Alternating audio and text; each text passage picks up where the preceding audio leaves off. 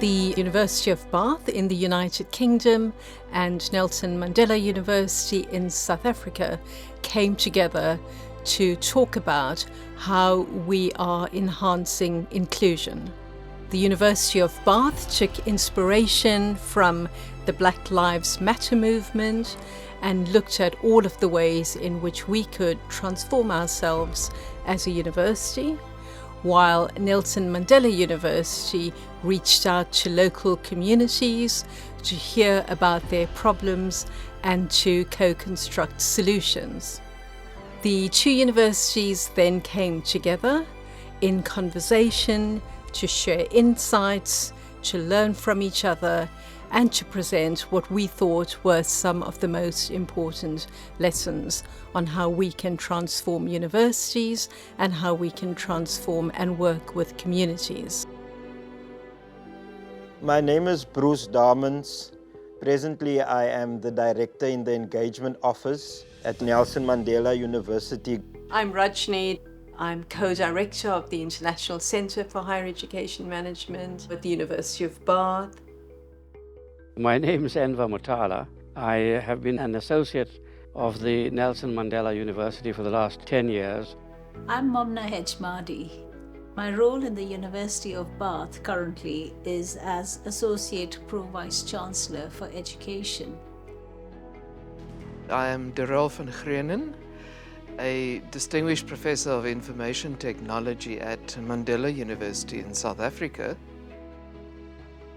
I'm Sharara Purzand. I'm a reader in pharmaceutics at the University of Bath. I'm Abraham, a recent graduate at the University of Bath and a member of the Race Equality Task Force. I was a student activist myself and later as a young activist in terms of our liberation struggle. As a social activist, I'm quite involved in a number of initiatives.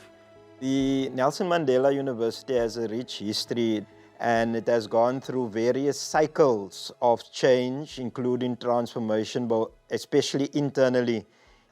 We're looking at understanding how the intersection of our key three strategic focus areas, mainly humanizing, learning and teaching, transformative engagement, as well as research.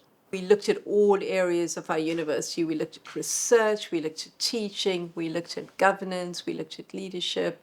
And I think that holistic view of everyone coming together to firstly identify what the issues were and then to co-construct solutions was extremely important.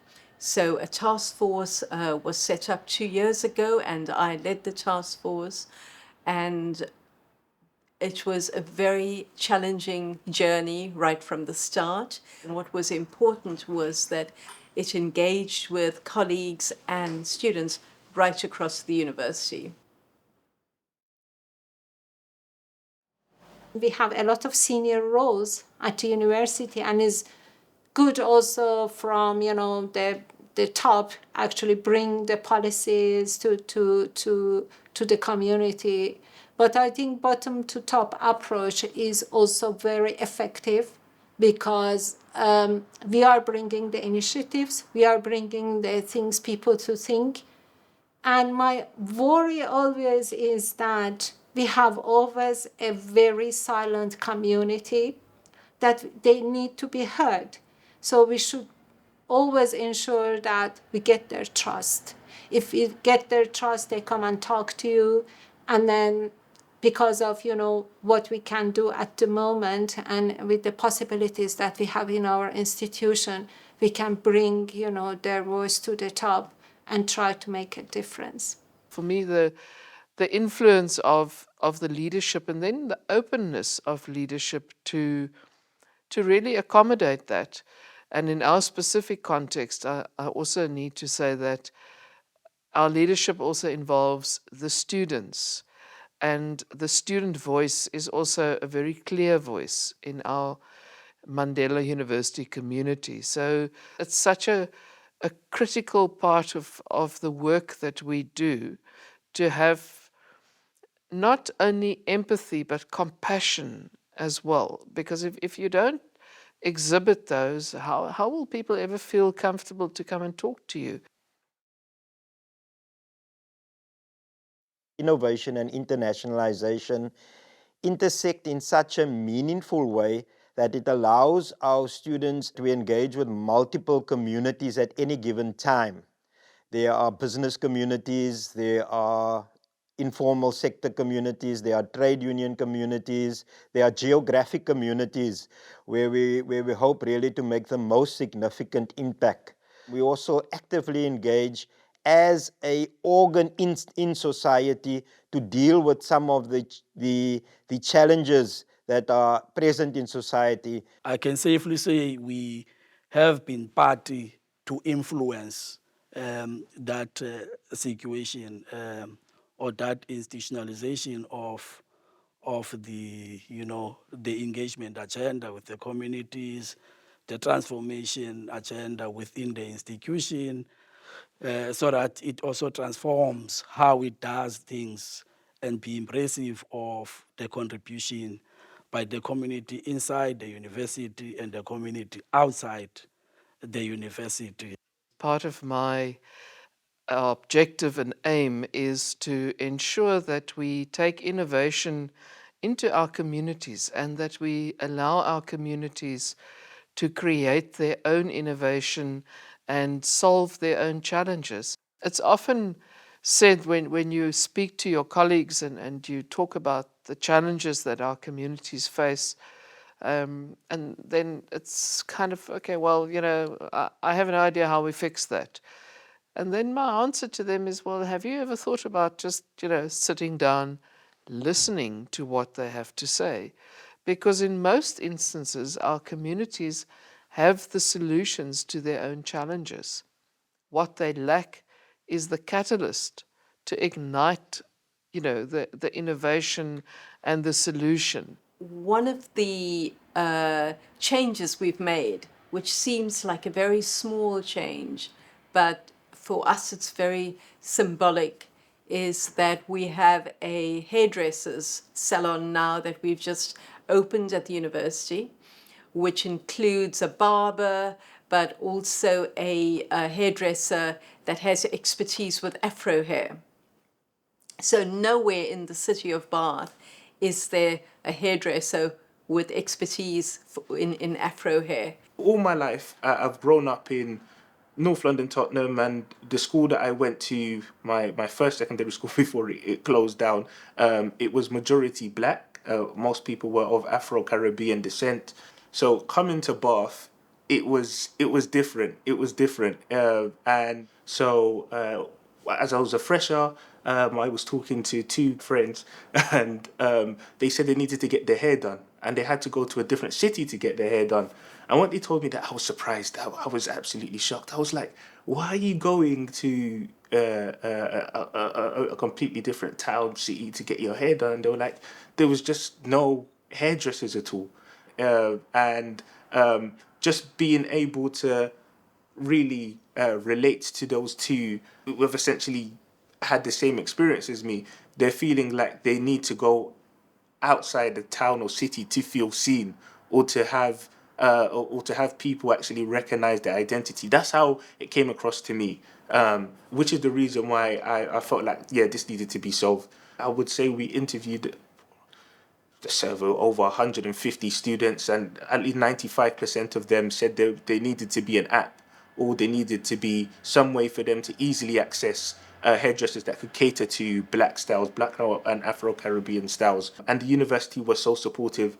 And as I was part of the Gold Scholarship program, they gave me a bit of funding to work on the app for a year as well.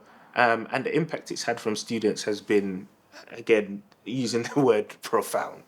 We are now opening up that hairdressing salon to all members across the city and the surrounding cities, so that we can bring in more members of the community into our university as well. Bath is a really safe and kind and supportive city as a whole, but within that there's still spots where you still see racism and issues related very much to skin color, to gender, etc. And the next step for us will be to bring together the elders in the city to come together and to talk about how do we enhance community and inclusion in the city of Bath. This goes back to the trust that the university put in me, but it also makes me trust them because they're really supporting it. The good thing about the university,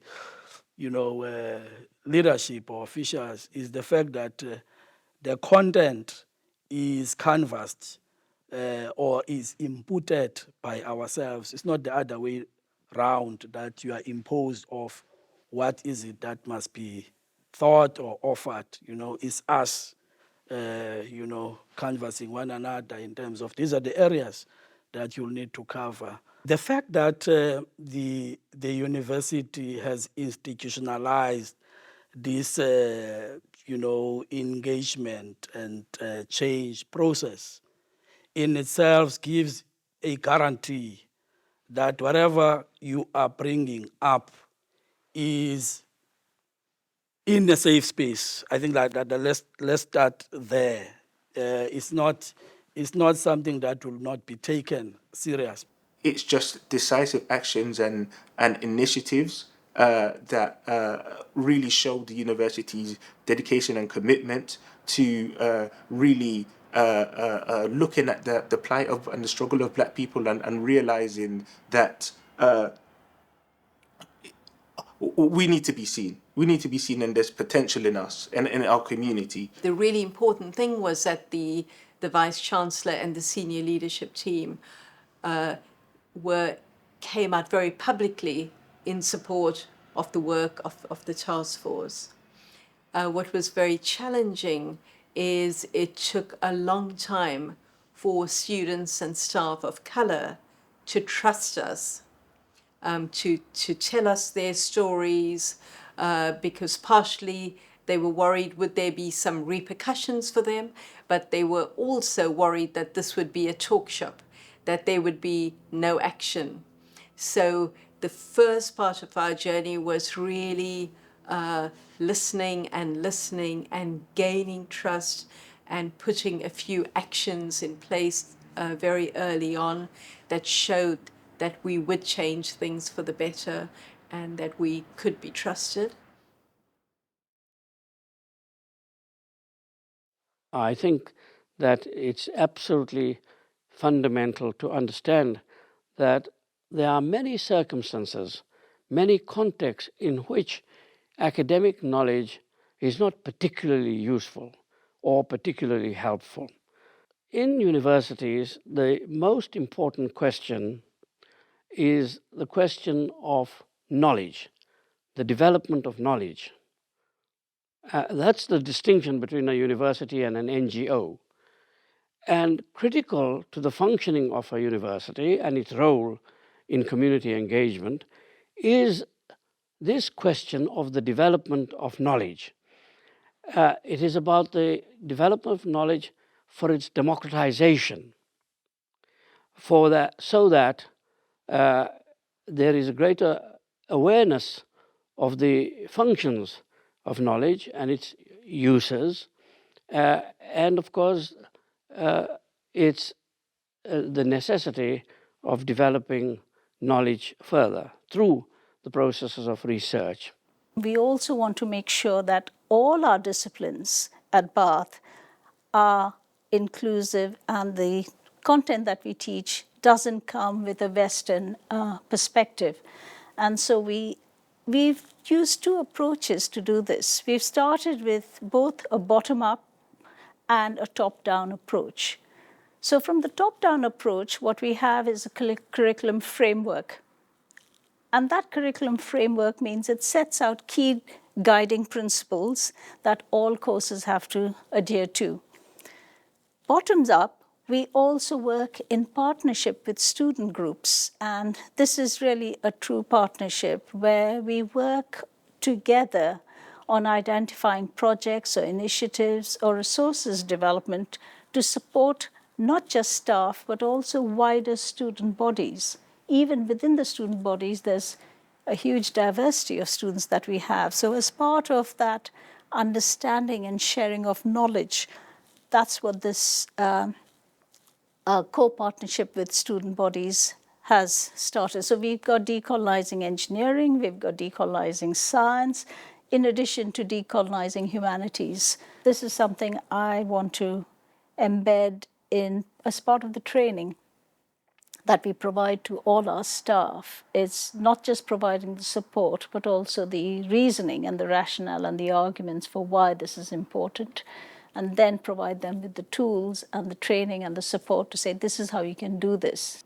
Until now, the issue of how to decolonize the curriculum by relating it to the knowledge of communities, to the knowledge of social movements, to the knowledge derived from informal, non-formal ways of learning which are continuous, are not accredited, which take place in all kinds of environments, and which characterize the knowledge, both the indigenous knowledge of communities and the contemporary knowledge of communities as they struggle, particularly for social and human rights.